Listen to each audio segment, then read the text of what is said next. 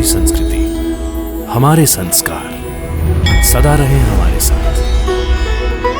भारत की पुरातन गाथाएं और महान संतों की वाणी। सब्सक्राइब करें तिलक कथाएं। बड़े ठाट से कह दिया कि नाना साहब से कहना पैसे भेजने की जरूरत नहीं है। अरे तुझे नहीं है, मुझे तो है।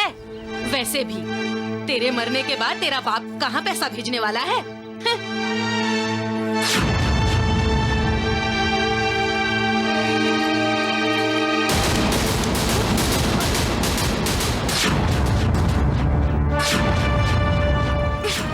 ना ना ना ना ना सासू माँ, दूसरों के पैसों पे डाका डालने की ये आदत बहुत बुरी है। ये पैसे मुझे दे दो। ये पैसे मैना दीदी के हैं और मैं उन्हीं को दूंगी।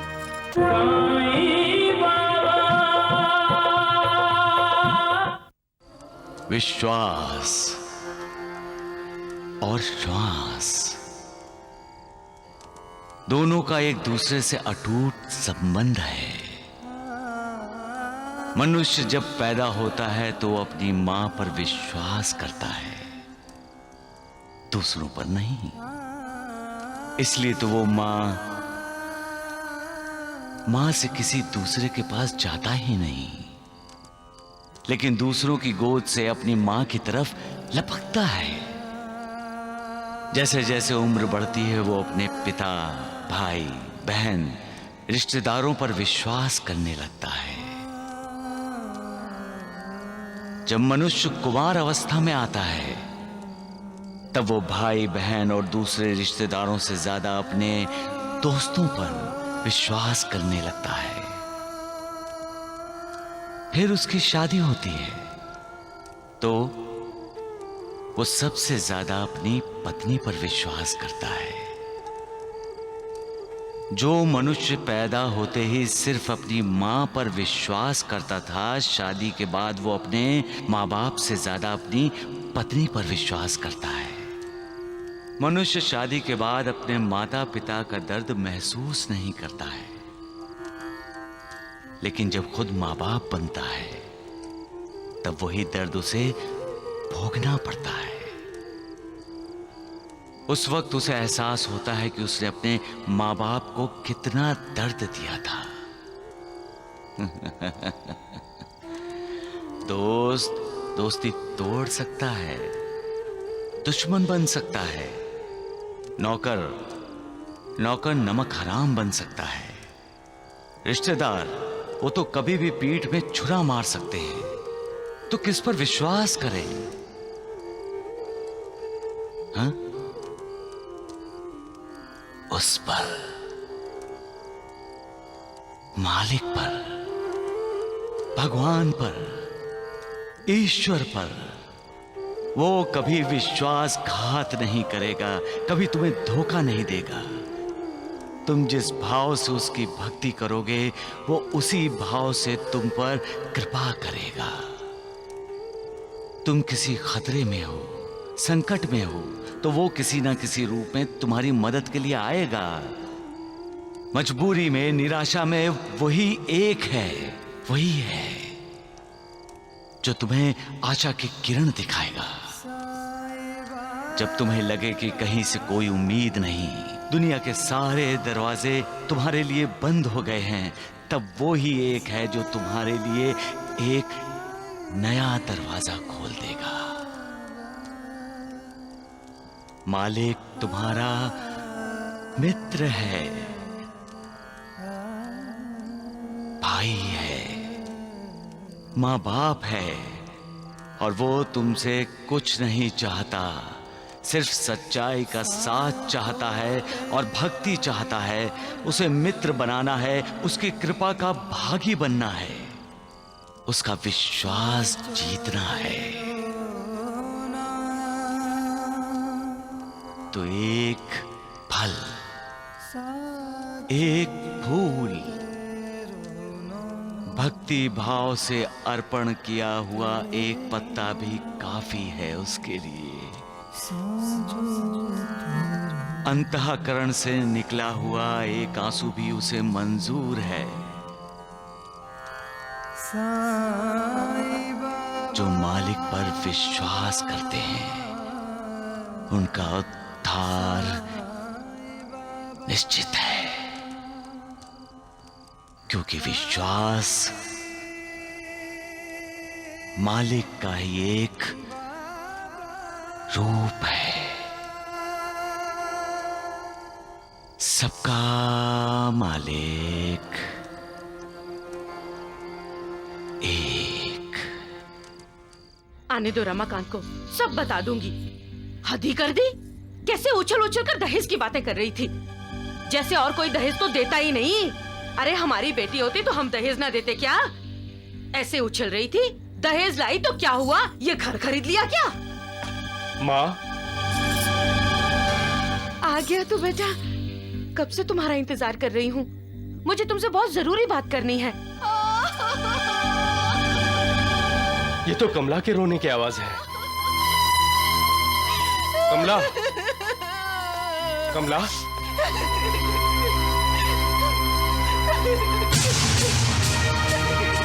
अरे इसे कुछ नहीं हुआ, ये नाटक कर रही है। माँ तुम चुप रहोगी? अब रोती ही रहोगी या कुछ कहोगी भी? माँ जी ने मुझे मारा,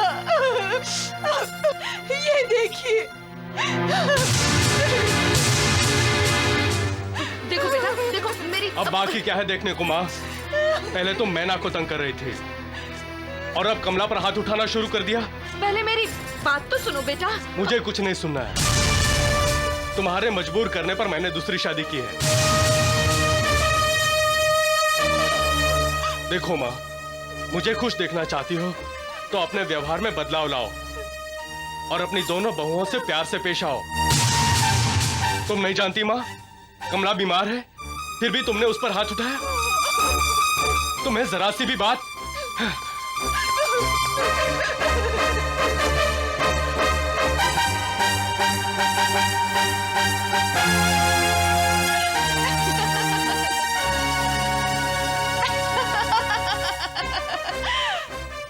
क्यों सासू माँ, आई बात समझ में?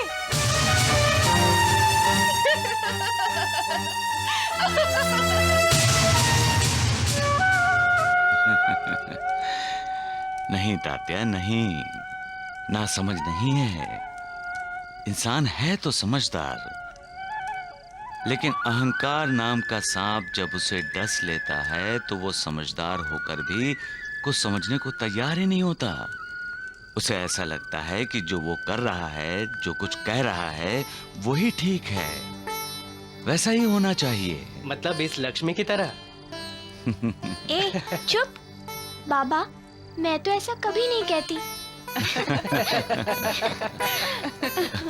बच्चों, जब इंसान मैं ये हूं, मैं वो हूं, ये मैंने किया है, मेरे अलावा कोई नहीं कर सकता, ऐसा बोलता है तो समझ लो वो अहंकार के अधीन हो गया है, बहक गया है। फिर उसे सीधे रास्ते पर कैसे लाया जाता है बाबा? ओ मालिक उसे सीधा करता है। जब इंसान कोई बुरा काम करता है तो यही समझता है कि उसे कोई नहीं देख रहा, उसे कोई नहीं सुन रहा है और कोई रोकने वाला भी नहीं है। लेकिन मालिक तो हजारों लाखों हाथों वाला है। उसकी आंखें, उसके कान अनगिनत हैं, वो सब सुनता है। सब देखता है। उसके पास इंसान के पाप पुण्य का पूरा लेखा जोखा बना रहता है। वो इंसान को सुधरने का मौका भी देता है। लेकिन जब इंसान के पाप की राशि उसके पुण्य की राशि से बढ़ जाती है तो वो उसे रोकता भी है। किसे बाबा? मालिक खुद आता है। जिस पर अन्याय और अत्याचार हो रहा है उसे न्याय दिलाने के लिए, अत्याचार को रोकने के लिए मालिक किसी न किसी रूप में आता है। शायद इसीलिए हम कहते हैं कि वो आदमी देवता समान है ना बाबा? तब मालिक इंसान को उसके किए की सजा देता है और बाकियों को संकेत करता है कि अच्छा काम करो, बुरा काम मत करो, जैसा करोगे वैसा भरोगे। इसलिए कहता हूं कि तुम दोनों खूब मन लगाकर पढ़ाई करो, अपने बड़ों का, अपने माता पिता का आदर करो, सम्मान करो और बड़े होकर उनका सहारा बनो। वो मालिक तुम्हारा सहारा बनेगा। सबका मालिक एक।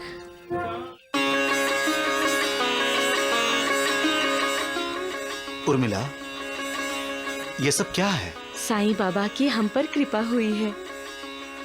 उन्होंने हमें प्रसाद भी दिया है और संतान होने का आशीर्वाद भी। तो फिर साईं बाबा ने ही कहा है ना, जब हम संपूर्ण समर्पण करते हैं तभी हमारा उद्धार होता है। जो दिल से मेरी उपासना करते हैं, मेरी भक्ति करते हैं, मैं उनकी इच्छा की पूर्ति करता हूं। जो हमेशा मुझे याद करते हैं, हर समय मेरा ही गुणगान करते हैं, मैं हमेशा उनका साथ देता हूं, उनके साथ होता हूं, उनके कल्याण के लिए हमेशा चिंतित रहता हूं। सबका मालिक एक। अरे बड़ी बहू, कहाँ मर गई तू? अरे मुझे नींद नहीं आ रही है। चला, मेरे पांव दबा दे जरा।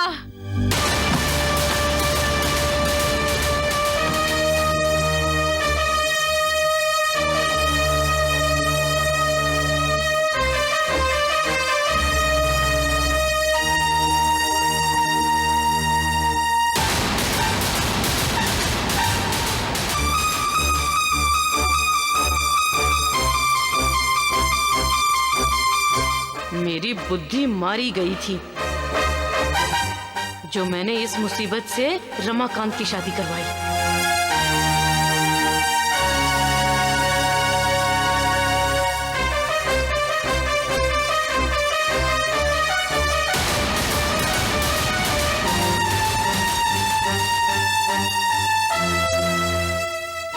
ये सब क्या है बड़ी बहू? ऐसे सज धज कर मेरे पांव दबाओगी? जी नहीं, मैं तुमसे बात नहीं कर रही हूँ। लेकिन मैं आपसे बात कर रही हूँ। आज से मैना दीदी आपके पैर नहीं दबाएंगी। कहो तो सासू माँ, मैं दबा दूं? ये तो मेरे पांव तोड़ देने की फिराक में है। अब मैं मैना दीदी पर कोई जुल्म नहीं होने दूंगी। अच्छा, तो क्या इसे मायके भेज रही हो इतनी रात गए? नहीं, आज से दीदी अपने पति के साथ रहेंगी, अपने पति के कमरे में सोएंगी। मैं दीदी का हक छीनना नहीं चाहती।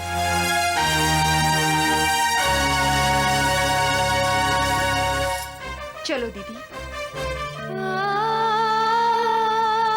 आपको किसी की नजर ना लगे, मेरी भी नहीं। दीदी, इस रात का और आने वाली हर रातों का एक भी पल गवाना अपराध है। चलिए, रमाकांत जी आपका इंतजार कर रहे होंगे।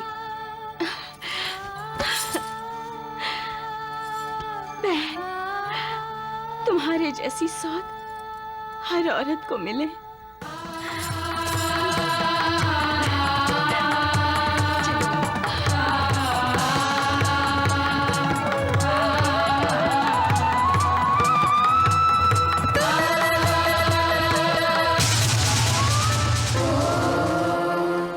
महालसापति, पूर्व जन्म के ऋणानुबंध ही हमें इस जन्म में एक दूसरे से मिलाते हैं। इसीलिए तो जो अनजाना है वो हमें जाना पहचाना सा लगता है, और जाना पहचाना सा अनजाना सा लगता है। कभी कभी हम किसी ऐसे से मिलते हैं जिसे देखते ही आस्था निर्माण होती है, और कभी कभी किसी को देखकर ऐसा लगता है कि उससे बात भी नहीं करनी चाहिए। साईनाथ, हमारे पूर्व जन्म के संबंध ही हमारे मन में ऐसी भावनाओं का निर्माण करते हैं। सच कहा तुमने महालसापति। महालसापति, आत्मा शरीर छोड़ता है तो दूसरा शरीर धारण करता है,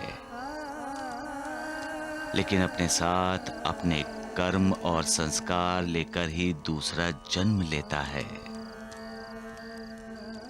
ये संस्कार ही आत्मा की पहचान होती है महालसापति। मालिक की लीला भी अगाध है महालसापति, अगाध। सबका मालिक एक।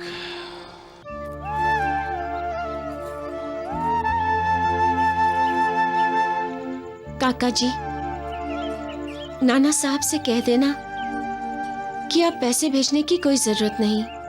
मैं बोल दूंगा बेटी, लेकिन नाना साहब मानने वाले थोड़े ही हैं।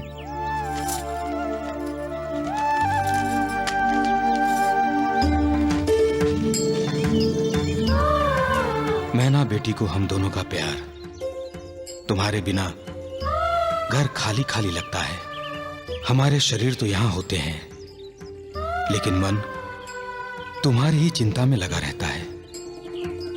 ऐसा क्यों होता है मैना बेटी कि बेटी को जन्म दो, पाल पोस कर उसे बड़ा करो और अपने से दूर कर दो।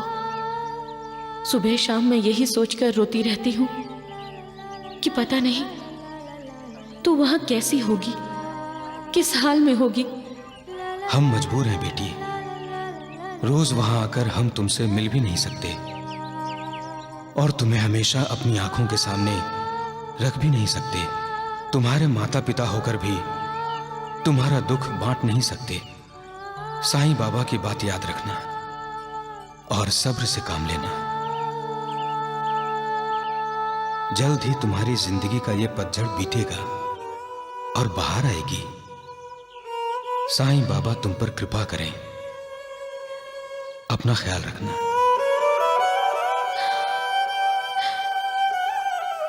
मैना बेटी, माँ बाप का दिल ही ऐसा होता है, बेटी के लिए हमेशा पिघलता रहता है। चलूं? जी।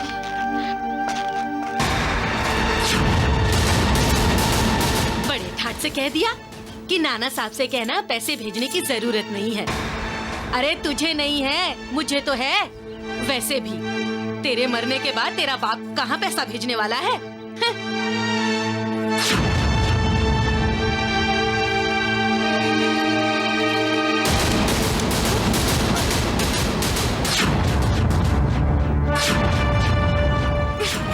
ना ना ना ना ना सासू माँ, दूसरों के पैसों पे डाका डालने की ये आदत बहुत बुरी है। ये पैसे मुझे दे दो। ये पैसे मैना दीदी के हैं और मैं उन्हीं को दूंगी, आपको नहीं। तुम कुछ हद से ज्यादा आगे बढ़ रही हो। पैसे देती हो या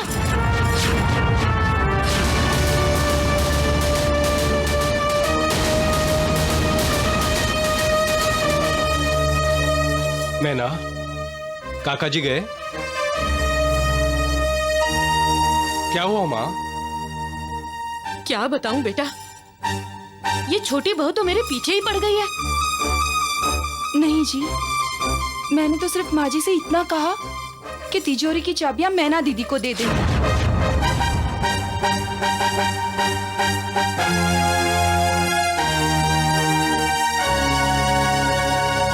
अब आप ही बताइए, जाने वाले की हर इच्छा पूरी करनी चाहिए ना? और अभी दीदी के पास दिन ही कितने बचे हैं? अगर उनका दिल किया कि चाबियां उनकी कमर पे लटके, तो वो लटकने देनी चाहिए ना? ठीक बोल रही हो माँ। चाबी मैना को दे दो। लेकिन दे दो माँ।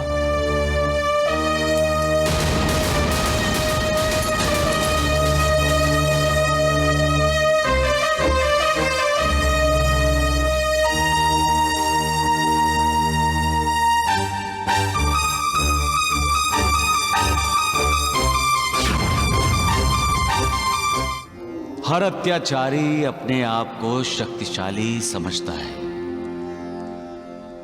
उसे लगता है उस पर पाबंदी लगाने वाला तो कोई है ही नहीं।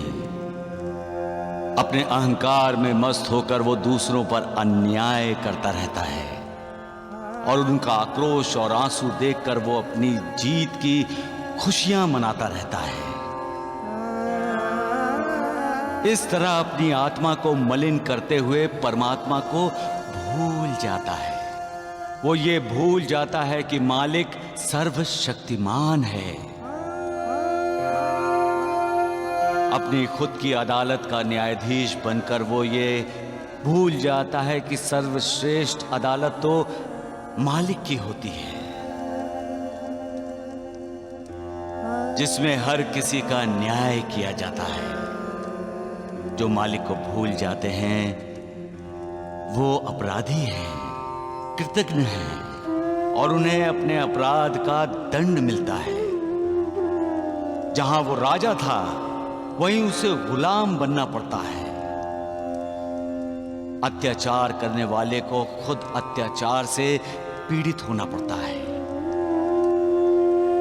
दूसरों को बेबस और लाचार बनाने वालों को खुद बेबस और लाचार बनना पड़ता है। दूसरों को आक्रोश करते देख, आंसू बहाते देख, खुश होने वाले को खुद आंसू बहाने पड़ते हैं। और जब वो आक्रोश करता है तो उसके आक्रोश की तरफ ध्यान देने वाला कोई नहीं होता।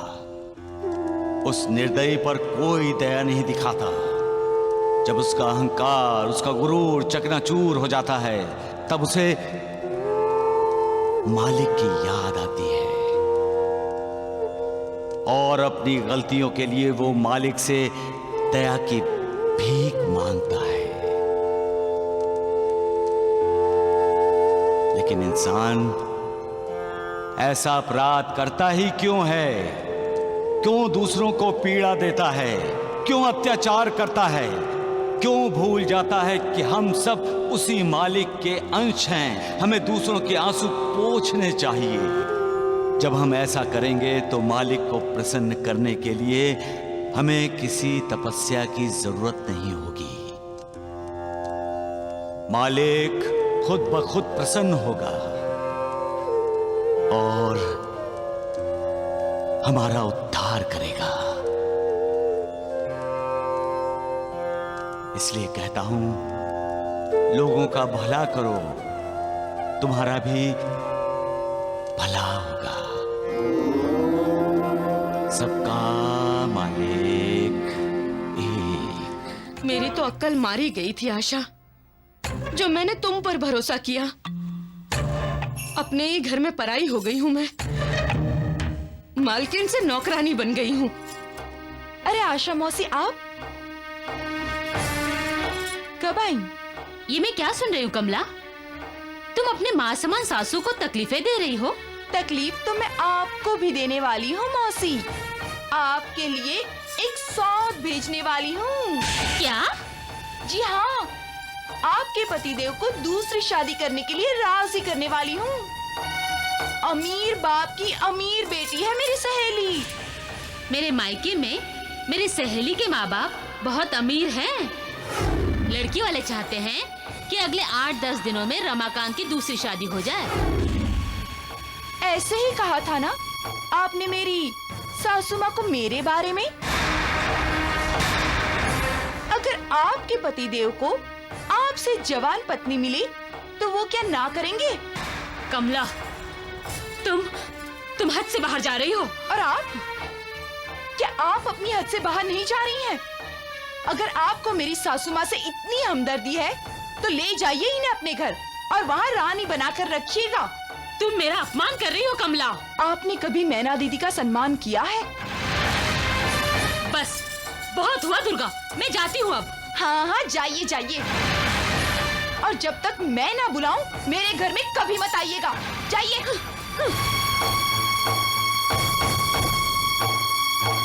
सासू माँ, अपने घर की बात परायों से नहीं करनी चाहिए। अगर आपको इस घर में सुकून नहीं मिलता तो आपको काशी भेज देती हूँ। नहीं नहीं, मुझे नहीं जाना काशी। तो फिर जाइए, जाइए घर का काम कीजिए, जाइए।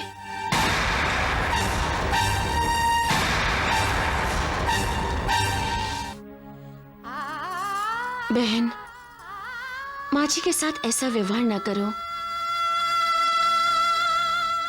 दीदी, तुम क्या सोचती हो कि मैं माँ जी की इज्जत नहीं करती? जब मैं उन्हें काम करने को बोलती हूँ तो पहले से ही आधे से ज्यादा काम मैं खुद करके आती हूँ। जब माँ जी को अपने किए पर पछतावा होगा तो मैं उनसे माफी मांग लूंगी।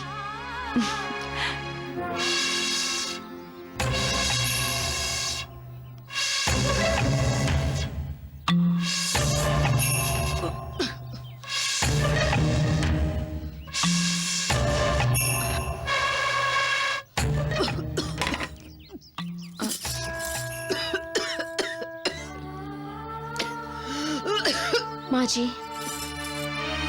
आप उठिए, खाना मैं बनाती हूँ। तुम खाना पकाओगी? जी। फिर छोटी बहू से मुझे पिटवाना चाहती हो ना? नहीं माँ जी। सब जानती हूँ मैं, तुम मुझसे बदला ले रही हो। नहीं माँ जी, भला अपनी माँ से भी कोई बदला लेता है? वाह वाह वाह वाह, क्या ऊंचे विचार हैं। कोई सुनेगा तो कहेगा कि तुम्हें मंदिर में बिठाकर तुम्हारी आरती उतारनी चाहिए। लेकिन तुम्हारे ये ऊंचे विचार तब कहाँ जाकर छिप जाते हैं जब छोटी बहू मेरी सास बन जाती है। मुझे तुम्हारी हमदर्दी की जरूरत नहीं है। मैं खाना बना सकती हूँ, बनाऊंगी और काम करते करते मर जाऊंगी। शुभ शुभ बोलिए माँ जी। साईं बाबा आपको 100 साल की जिंदगी दे।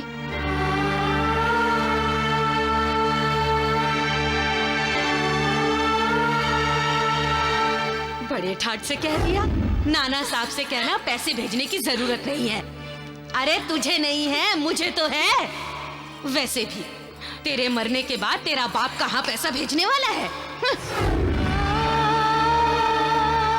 मैं इसे मरने की बद्दुआ देती हूँ और ये मेरे लिए 100 साल लंबी उम्र की दुआ कर रही है।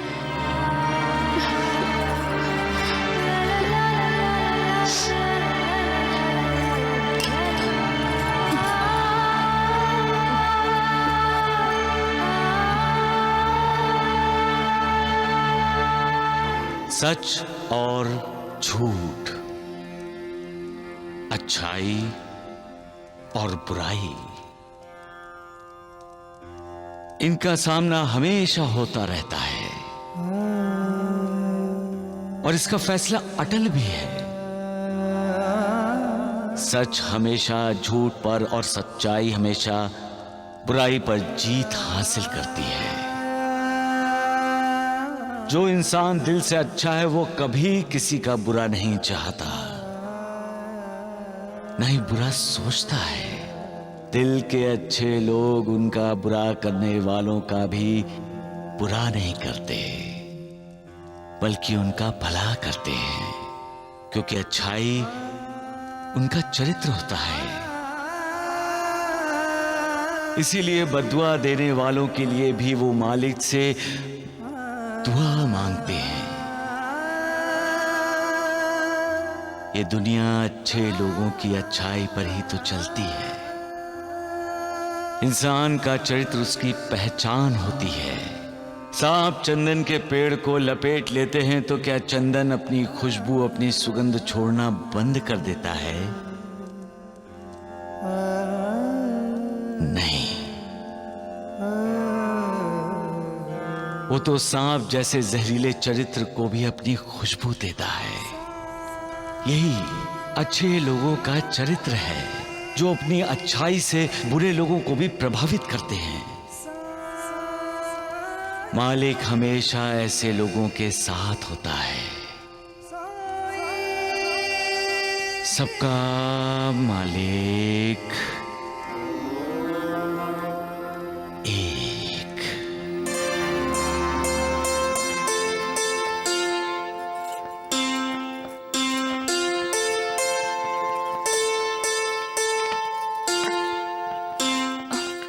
दीदी, आप यहाँ? सासू माँ कहाँ हैं? मैंने उन्हें आराम करने को कहा है। आज से खाना मैं बनाऊंगी। दीदी, ये हमदर्दी किस लिए? सासू माँ तो आपसे नफरत करती है ना? साईं बाबा कहते हैं बहन, नफरत करने वालों को भी प्यार दो। लेकिन दीदी, माँ जी को तकलीफ देना मुझे अच्छा नहीं लगता। और हाँ, आज के बाद तुम उन्हें कोई काम करने को नहीं कहोगी, कोई धमकी नहीं दोगी। ठीक है दीदी, लेकिन अब से मैं आपको भी कोई तकलीफ उठाने नहीं दूंगी। खाना अब से मैं बनाऊंगी। छोटी बहन के होते हुए बड़ी बहन इस हालत में काम की परेशानी उठाएगी तो आने वाले कल में हमारा बच्चा हमसे जवाब मांगेगा तो मेरे पास कोई जवाब नहीं होगा।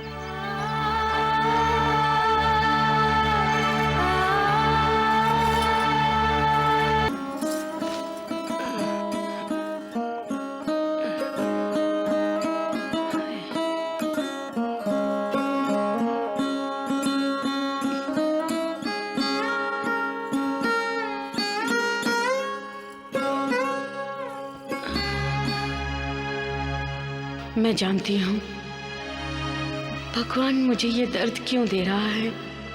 रात रात भर मैंने मैना से अपने पैर दबाए हैं,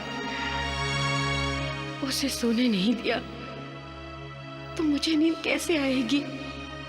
नहीं आएगी, मुझे अपनी करने का फल भुगतना पड़ेगा।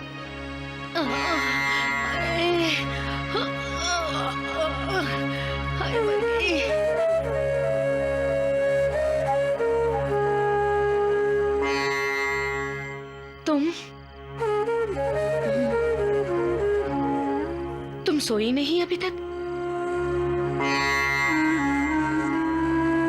तुम्हारी सौत और रमाकांत सो गए? तो फिर तुम क्यों नहीं सोई? मुझे पता था माँ जी, आपके पैर दर्द करते होंगे। पैर दबाए बिना आपको नींद नहीं आएगी। आप लेट जाइए माँ जी, मैं पैर दबाती हूँ। मेरा बेटा, मेरी दूसरी बहू सो रहे हैं, किसी को मेरी फिक्र नहीं है, लेकिन ये मैना, जिससे मैंने नफरत के सिवा कुछ दिया ही नहीं, उसे मेरी फिक्र है।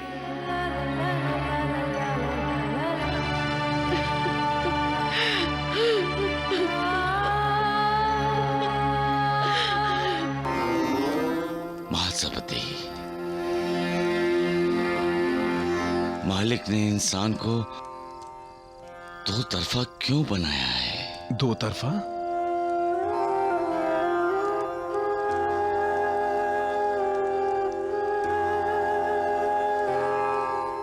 हाँ महासपति, वो दूसरों को रुलाता है और खुद रोता भी है, दूसरों को दुख देता है और खुद भी दुखी होता है। जिसे प्यार करता है उससे नफरत भी करता है, और जिससे नफरत करता है उसे प्यार भी करता है। दोस्ती भी निभाता है और दुश्मनी भी। कभी कभी उसकी दुश्मनी दोस्ती में बदल जाती है और दोस्ती दुश्मनी में।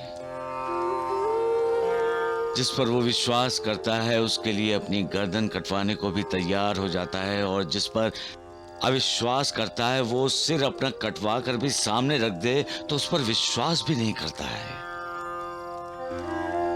वो स्वार्थी भी है और निस्वार्थी भी,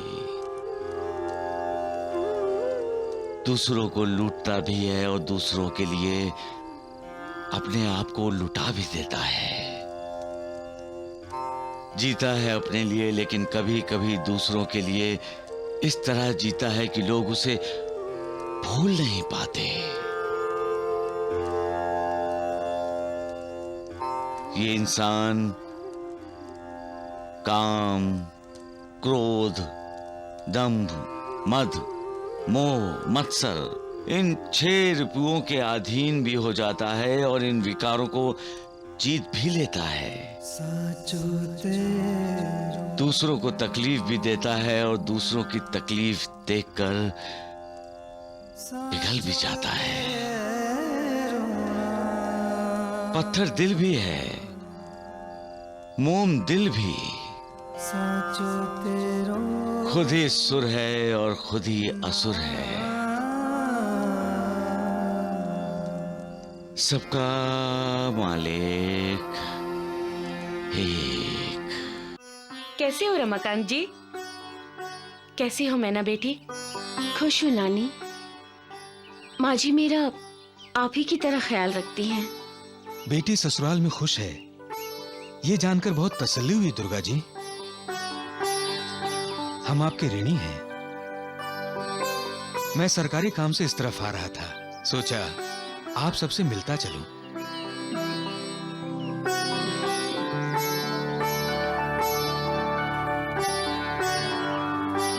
बेटी, ये 500 रुपए रखो।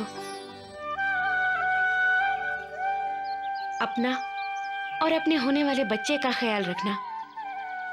अच्छा, हम चलते हैं। इतनी जल्दी? मुझे सरकारी काम पूरा करना है बेटा। खाना तो खाकर जाइए। बेटी खुश है, ये देखकर पेट भर गया।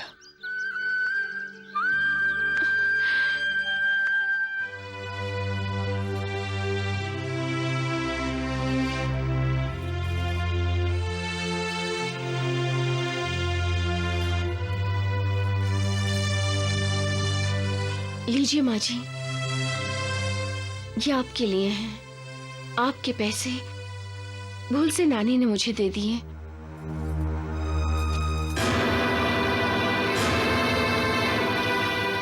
मुझे पैसे नहीं, मेरे बच्चे के लिए आपका प्यार चाहिए।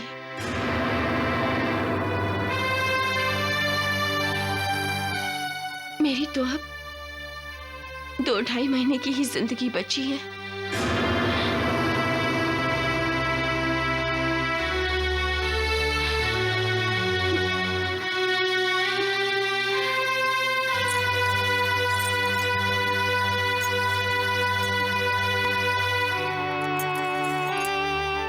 इस पर भी आपका ही अधिकार है माँ जी। लीजिए। मुझसे और कमला से आपका जो अपमान हुआ उसके लिए हमें माफ कर दीजिए।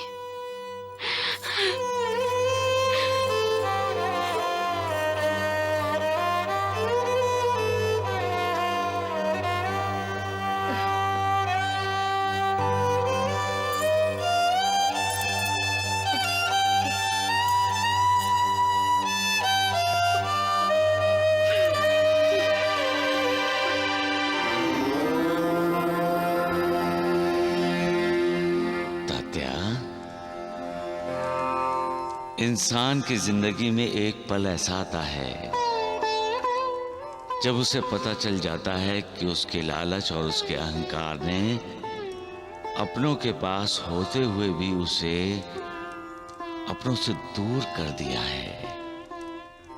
वो सबके बीच होते हुए भी अकेला हो जाता है।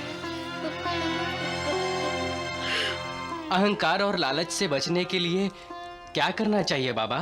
कुछ तत्वों को और कुछ नियमों को ध्यान में रखना चाहिए तात्या। जैसे? लक्ष्मी बेटी, जो सुख के पीछे नहीं दौड़ता वो सुखी होता है। इसलिए निरासक्त रहो, समाधानी रहो, सुखी हो जाओगे। अहंकार को त्याग कर विनम्र हो जाओ, बड़े हो जाओगे।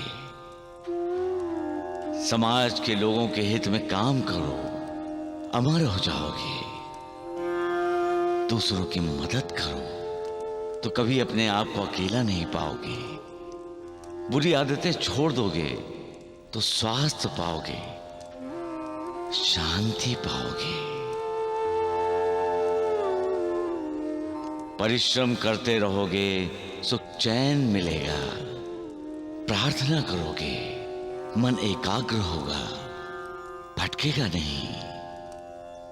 दान करते रहोगे, दुआएं पाओगे। मालिक की भक्ति करोगे, मुक्ति पाओगे।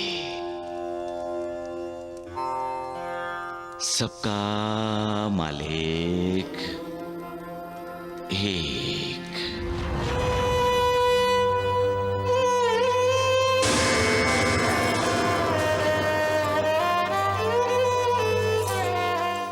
रमाकांत, हाँ? बेटा रमाकांत, ये चाबी तुम रख लो। लेकिन माँ, ये चाबियां मुझे क्यों दे रही हो? ये चाबियां तुम ही रखो माँ, मुझे नहीं चाहिए चाबियां। इसे आप ही रखो। अब तुम्हारे घर गृहस्थी तो बस चुकी है, अब तुम्हें मेरी कोई जरूरत नहीं है। तुम मुझे काशी भेज दो, मैं अपनी बाकी की जिंदगी वहीं गुजारना चाहती हूँ। ये तुम क्या कह रही हो माँ? ये आपसे किसने कह दिया कि हमें आपकी जरूरत नहीं? चाबियां दे देने से आप घर गृहस्थी से निवृत्त नहीं हो सकती। अभी तो कई जिम्मेदारियां निभानी है आपको। नहीं बेटी, मैं कोई भी जिम्मेदारी निभा नहीं सकती। माँ जी, क्या आप अपने पोते की दादी माँ के साथ साथ माँ नहीं बनेंगी? मैं तो अब रहूंगी नहीं। आचार्य बृहस्पति जी की बात तो सच होगी ही होगी माँ जी। बेटे को जन्म देने के बाद तुम्हारी बहू की मृत्यु हो जाएगी।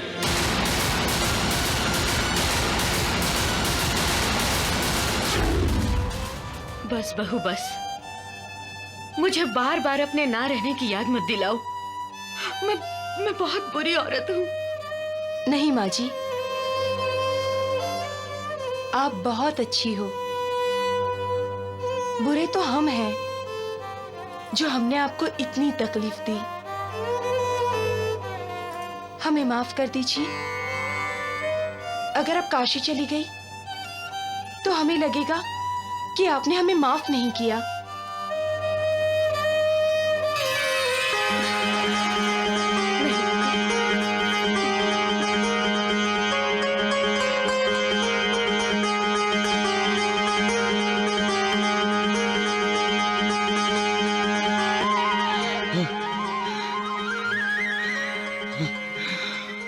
बादल हट गया, आकाश साफ हो गया। अब कोई गलतफहमी नहीं, कोई गलतफहमी नहीं। मालिक दयालु है, उसे हर किसी की चिंता रहती है। लेकिन अब किसी चीज की कोई चिंता नहीं, कोई बात नहीं, कोई बात नहीं। अरे श्यामा, महासपति, नानावली कहाँ चले गए? अरे अरे श्यामा, महासपति, अरे लक्ष्मी की माँ, लक्ष्मी की माँ, अब परिवार में कोई दरार नहीं, कोई तूफान नहीं। नूर, लक्ष्मी की माँ, अब परिवार में कोई कटुता नहीं है। मैं खुश हूँ लक्ष्मी की माँ, मैं बहुत खुश हूँ, मैं बहुत खुश हूँ, बहुत खुश हूँ मैं। महालसापति जी, बाबा इतने खुश क्यों हैं? लगता है उनके किसी भक्त का परिवार टूटने से पहले फिर से एक हो गया है, इसीलिए बाबा इतने खुश लग रहे हैं।